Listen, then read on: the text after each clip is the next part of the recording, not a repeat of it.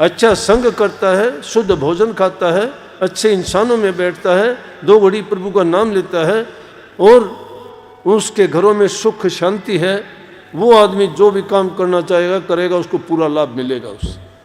आप सभी को प्यार भरी राधा स्वामी जी। देखिए, जो आज का सत्संग का विषय है उसमें महाराज जी ने बताया कि सत्संग कोई समय, स्थान और काल का बंधन नहीं जानता। यह सत्य का संग है और सत्य हर जगह होता है। जहाँ भी जैसे भी सत्य का संग हो रहा है, परमात्मा वहीं पर होते हैं। गुरु महाराज जी ने बताया कि मनुष्य जीवन का वास्तविक कार्य परमात्मा के नाम का गुणगान है। सत्संग वही गुणगान है जिसमें आत्मा अपने मूल रूप से जुड़ी रहती है। महाराज जी ने बताया कि जब तक आत्मा परमात्मा से जुड़ नहीं जाती तब तक वह पूर्ण नहीं मानी जाती। और साथ ही गुरु महाराज जी ने बताया कि अगर हमें अपने परिवार में सुख शांति को लेकर आना है तो हमें 6 लोगों का संग करना चाहिए, सत्संग को अपनाना चाहिए, सत्संग का संग करना चाहिए और सत्संग में बताई गई बातों पर चलकर अपने जीवन में सुख शांति को प्राप्त कर सकते हैं। तो चलिए आपका कीमती समय सत्संग को शुरू करते हैं। कृपया सत्संग को पूरा सुनकर पुण्य भागीदार अवश्य बनिए। राधा स्वामी। कबीर साहब ने वो बात बार बार गाई ना कि उनको ज़्यादा मेहनत की ज़रूरत नहीं है, घर बैठे ही फकीर बन सकते हो, लेकिन मन को मार के सूरत को डांटना है। सूरत जब डट जाएगी, सब कुछ घर में है, बाहर कहीं नहीं है, कहीं आना जाना नहीं, कहीं यज्ञ हवनों में, तीर्थों में, व्रतों में पढ़ने की जरूरत नहीं। आडंबर और पाखंड बनाने से भक्ति नहीं हो जाती, कोई रंग बदलने से, भेख बदलने से, कपड़े रंगने से भगत नहीं हो जाता। भेख धार लेते हैं कैसा, लेकिन कर्म उनके देखोगे तो ऐसे हैं कि दुष्टों के भी नहीं होते, फिर भगत कैसे? अगर भेख धारते हैं तो भेख की लाज होती है, लाज रखते हैं। इससे तो अच्छा, अगर सच्ची बात तो किसी जमाने की बात है, एक बहरूपिया था और बहरूपिया बड़े अच्छे अच्छे खेल दिखाता था। तो एक बार एक राजा कहने लगा, अरे तू बहुत अच्छे अच्छे खेल दिखाता है, कभी तू महात्मा का खेल भी दिखा कोई। कहने लगे ठीक है राजा, दिखाएंगे, जब मुझे टाइम मिलेगा जरूर दिखाऊंगा। उसने कुछ दिन के बाद महात्मा का भेख बनाया और जाके नगरी के बाहर बैठ गया। लोग आने जाने लग गए, बंदगी करते बैठते, वो उपदेश करता, कोई दे के जाता, कुछ नहीं लेता किसी से, जो दे के जाते वापस कर देता। नहीं तो भांड, और वो तो मांग के खाते हैं, लेके खाते हैं, कर्तव्य दिखा के उसके बदले में अपना व्यवसाय चलाते हैं, घर परिवार चलाते हैं, उनका धंधा है ये।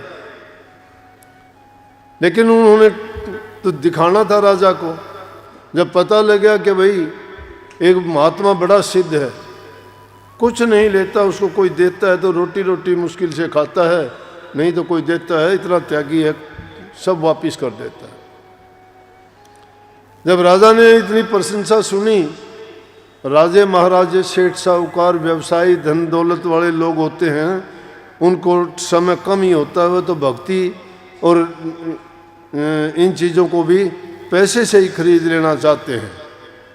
देखा नहीं, साहूकारों के घर में यज्ञ हवन या पूजा पाठ पंडितों से कथा करवाते हैं, तो वो तो कथा करता रहेगा, वो अपने काम में करते रहेंगे, उनके तो फोन चलते ही रहेंगे, कथा नहीं सुनते, हो टाइम नहीं मिलता उनको।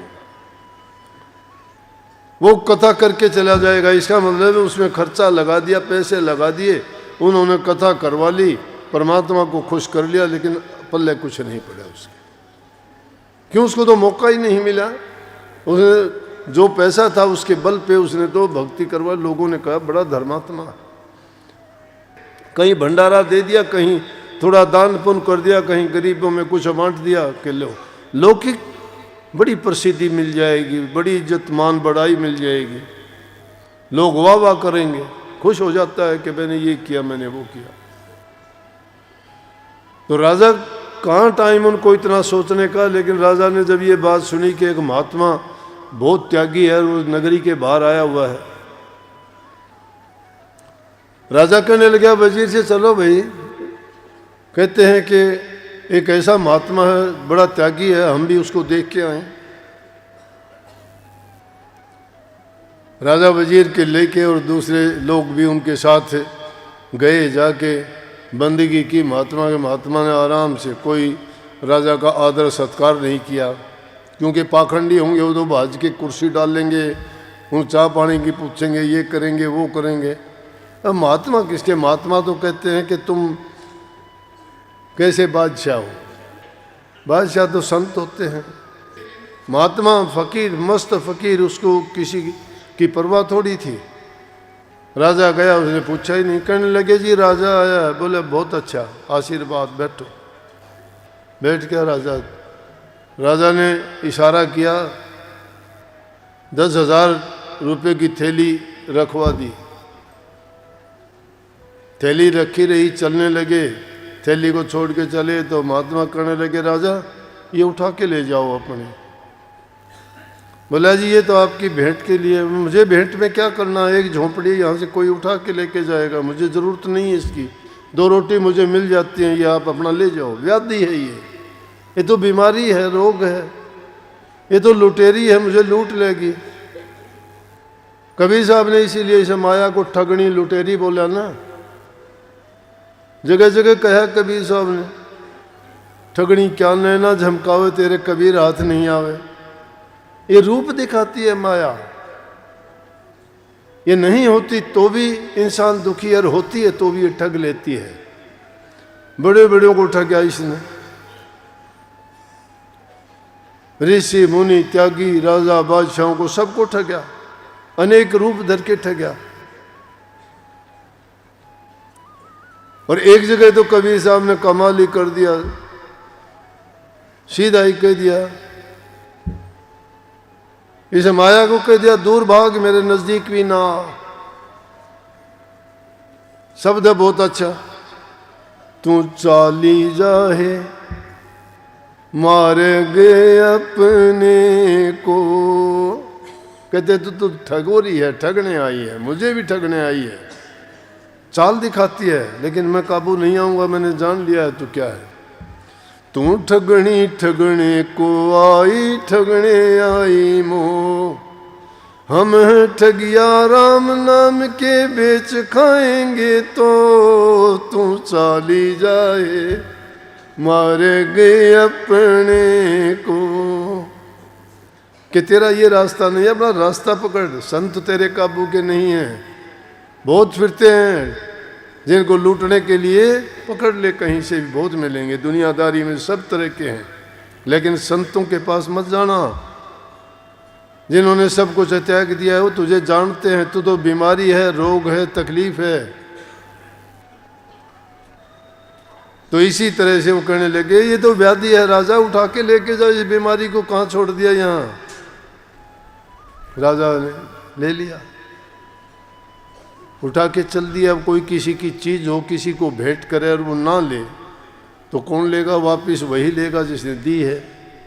तो महापुरुषों ने इसको दूसरी चीज जगह, महात्मा बुद्ध जी ने इसको बहुत सुंदर ढंग से दूसरे ढंग में भी बताया।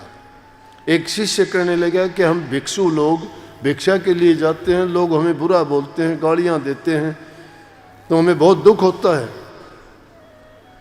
ज्ञान ये है, महात्मा बुद्ध ने उनको सिखाया कि देखो आप भिक्षुक हो, भिक्षा लेने जाते हो, अगर तुम्हें कोई भिक्षा देता है और तुम भिक्षा लेने से इनकार कर दो तो भिक्षा कहाँ जाएगी?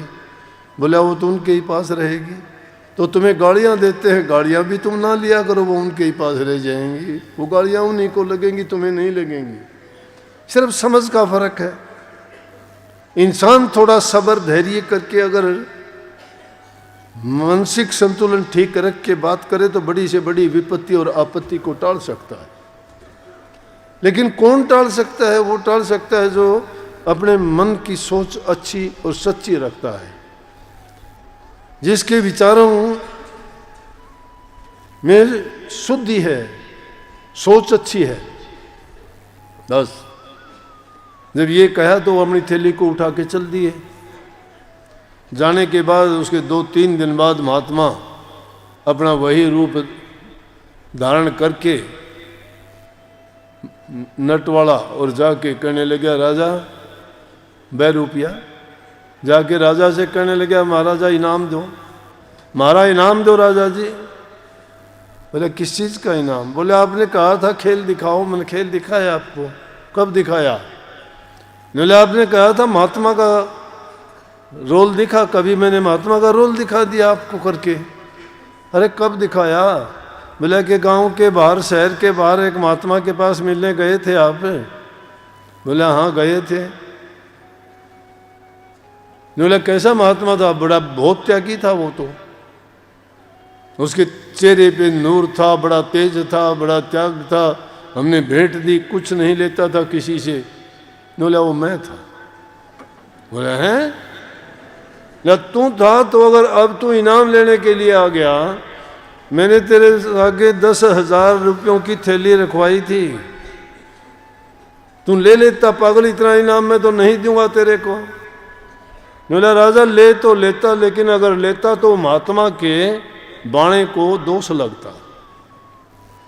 वो महात्मा का बाणा रखा था मैंने, अगर मैं ले लेता तो महात्माओं का इतबार और विश्वास खो जाता उससे। बोला हम सच्चाई का लेते हैं। तो बाणा रखने का मतलब ही ये है कि सिर्फ बाणा धरने से नहीं, बाणा बदलो 100 बार बदले बाण तो बेड़ा पार।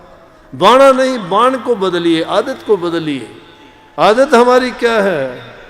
हम माया के पुजारी हैं, इस दुनिया की चीज़ों के पीछे भागते हैं जो सताई नहीं है, जो उन चीज़ों में सुख नहीं है, शांति नहीं है, खुशी नहीं है, वो सदा रहने वाली नहीं है, नासवान चीज़ें हैं। उन नासवान चीज़ों को अपना मान के क्या लोगे? उस चीज़ को क्यों नहीं अपनाते जो कभी मिटती नहीं, खत्म नहीं होती, वो तुम्हें शांति देगी। अगर ये मौका निकल भी गया तो आपके हाथ क्या आएगा? लेकिन वो चीज़ क्योंकि हमें दिखाई नहीं देती, इसलिए उस पर यकीन नहीं होता। इसीलिए संतों ने कहा अरे संतों पर इतबार कर लो, उन पर इतबार कर लोगे तो वो चीज़ भी जो तुम खोजना चाहते हो वो भी तुम्हें मिलेगी, दिखाई देगी। जब मन से सच्चे हो जाओगे, मन चंगा तो कठौती में गंगा। और मन तो हमारा शुद्ध है ही नहीं, जिसका शुद्ध मन नहीं है वो दूसरे में शुद्धता कैसे खोज लेगा? हम अपने विचारों के अनुरूप दूसरों को सोचते हैं। इसलिए इंसान अच्छा संग करता है, शुद्ध भोजन खाता है, अच्छे इंसानों में बैठता है, 2 घड़ी प्रभु का नाम लेता है और उसके घरों में सुख शांति है, वो आदमी जो भी काम करना चाहेगा करेगा, उसको पूरा लाभ मिलेगा उससे। प्रवचनों को पूरा सुनने के लिए का बहुत बहुत धन्यवाद। हम आशा करते हैं अपने प्रवचनों को बड़ा ही ध्यान से सुना हुआ। तो जैसे पहली सात संगत जी आपने सत्संग में सुना, महाराज जी ने बताया कि अच्छे लोगों का संग आपको अच्छा बनाता है। अच्छे लोगों के संग से ही आपके जीवन में कुमति नहीं सुमति आती है और आपका जीवन सार्थक बनता है। अगर आप अच्छे लोगों का संग करते हो तो भगवान भी आपके साथ रहता है। इसलिए महाराज जी कहते हैं कि आप कभी भी गलत काम मत कीजिए, आप हमेशा अच्छे कर्म कीजिए और हमेशा भजन कीजिए, बंदगी कीजिए, भक्ति कीजिए। जो इंसान नाम का स्मरण करता है, जो इंसान परमात्मा को याद करता है, उस व्यक्ति के जीवन में कभी कोई कष्ट नहीं आ सकता। वह व्यक्ति दुनियादारी के रिश्ते नातों से दूर हो जाता है और वह सच्चे प्रभु की तलाश कर लेता है और उसकी आत्मा भगवान से मिल जाती है। तो कृपया गुरु महाराज जी की इन बातों को आप अपने जीवन में अवश्य उतारिए और अपने जीवन को सार्थक अवश्य बनाइए। और साथ ही अगर आपको सत्संग अच्छा लगा तो कमेंट बॉक्स में राधा स्वामी लिखकर पुण्य भागीदार अवश्य बनिए। मिलते हैं जल्दी एक नए और बहुत ही प्यारे प्रवचनों के साथ। तब तक के लिए आप हमें दीजिए राधा स्वामी।